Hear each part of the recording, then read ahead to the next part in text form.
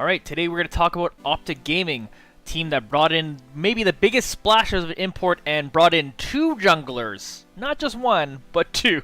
So we'll see how that goes. If you like any part of this video, do consider liking me on social media. I am trying to become a professional showcaster, so liking me on those things does help me with that. So let's get on with the show. Moving on to the next team, Optic Gaming, which has one of the most interesting... We're going to go a little deeper on their roster because their Dardoch is sitting in the Academy roster. Meteos right now, currently their starting jungler. They keep Dokla. They also get Crown, former world champion. They also keep Arrow, and they keep Big over here. Optic, I have a really hard time placing in my head. I know. it's the weirdest like jank of, it's like the leftovers of your fantasy LCS draft. You grab Crown immediately and you're like, who else do I fill this with? That's what they did. and that's what happened here. And I joked because before they'd even picked their AD carry, they signed Meteos, and there was this big exciting signing. And then they signed Dardoch, and it was like, that's your problem with your fantasy LCS draft. Don't draft a flex pick when you haven't drafted your AD carry yet. Exactly. And it was really awkward with their signings is that they announced Arrow leaving and then didn't sign an AD carry and then announced signing Arrow. And it kind of felt like you broke up with your girlfriend and you went to Tinder and realized you had it better than you thought you did, and you go back and you to your ex. And that's what it felt like. Yeah. So it's such a weird roster to me. Like, it's just weird puzzle pieces together to have a French coach in Zabuteam, to have 3/5 American players, and then have 2/5 Koreans. Like, I get the having 2 Koreans. Yeah. Because there's been history with lots of teams of if you have one. Especially when you're bringing one now. Yeah, in Crown, who they need someone to speak the language. They need someone to help just acclimate to the culture. And so I get that, but it's just weird to me to bring in 2 Korean players without a Korean coach. Yeah. This whole this is another team for me that's potentially flirting with last place because I don't know. We were talking earlier about like Power Evil being the player that boosted Optic, and I'm like, I don't like this bot lane and this top laner. Like Dokla, I don't want to harp on Dokla, but Dokla just doesn't excite me. You know, he actually doesn't do anything that I'm like, oh god, Dokla's garbage. Like, he doesn't make me say that, but he does nothing that completely excites me. That, like, if you're trying to like push this team into the playoffs, which they were a 9-9 team before, he just doesn't do anything that makes me think that keeping him was the right call. But at the same time, like you said, they might have just been like, we spent a ton of money on Crown. You're keeping Dokla because we're not spending that much more money on other players right now. So and Arrow himself, even though he's been so bad for a little bit, Arrow, obviously we don't see the contracts, but I imagine Arrow is actually still pretty expensive.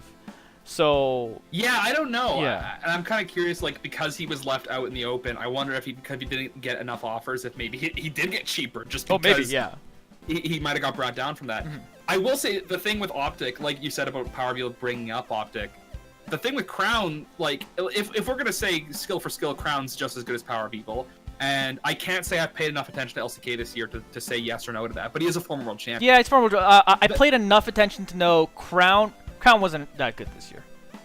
But I will say, to add to that, he doesn't speak English. Power of Evil speaks English. Yeah. You know, like, that's the weirdest part about this import, is that this isn't a Korean import who's known to have good English. This is a Korean import who's just a great name. Like, he beat Faker once. He's gotta be good. Yeah, well, he played Malzahar. He's gonna play Malzahar the whole split.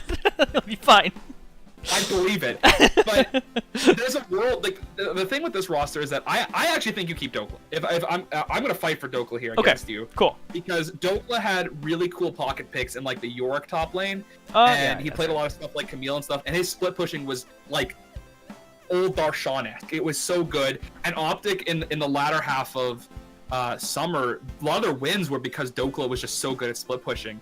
And so I don't think Dokla's a standout player. I think he's in the level of like Solo, where he's just like a good resident top laner. But I do think you keep him because, you know, you need resident players. Yeah. Right? And there's so few pickings between. What's interesting to me with this roster is the combination of Meteos Crown. Like, that to me is a super interesting combo, because I think that Meteos as a player has kind of a brash personality, and you also have Dardoch as your substitute jungler in Academy. Right. And so you can swap it either or.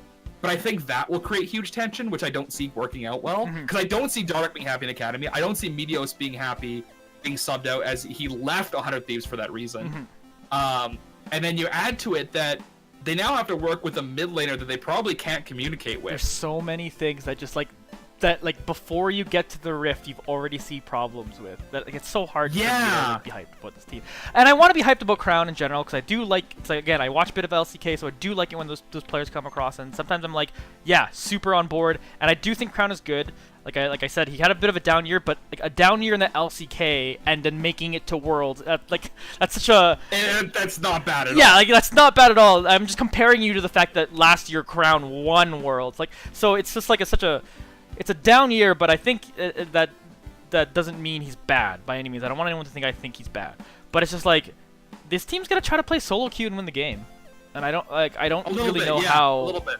And it's just better. Like if this was 3 years ago, even like I think you can get away with playing solo queue winning game. Team Solo Mid did it for a while, but I just don't think you can get away with that anymore. So. I will add one final point to this roster before we move on. Is that in there?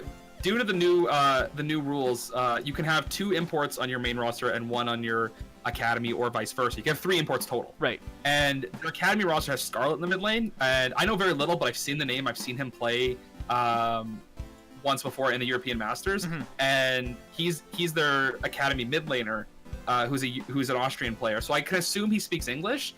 I see a world, and I hate to say this, but I see a world where they sub out Crown and for they Scarlet spend so much money for Crown just to sub in Scarlet. Really awful, you know what? There's a world where they bring in Scarlet just because he speaks English, if he speaks better English. You know what? Optic Gaming will probably win Academy Worlds then. They have Dardoch and Scarlet. True. Heck, they have Gate playing support. Yeah, it's a really good Academy roster. It's a great Academy roster. All right. Lorem too is like sub LCS. Yeah. All right. Let's move on. And that was the Optic Gaming video. Who do you think is going to end up being the starting jungler? I believe they're starting with Meteos, but does it end up being Dardoch? Is Crown going to be good enough for this team? Let me know what you think in the comments below, and let's have a conversation about it. Of course, if you missed the last video, you can check out that one right there. And as well, you can follow me on different social media stuff, and you can also subscribe. All that stuff helps. All right, thanks, everybody.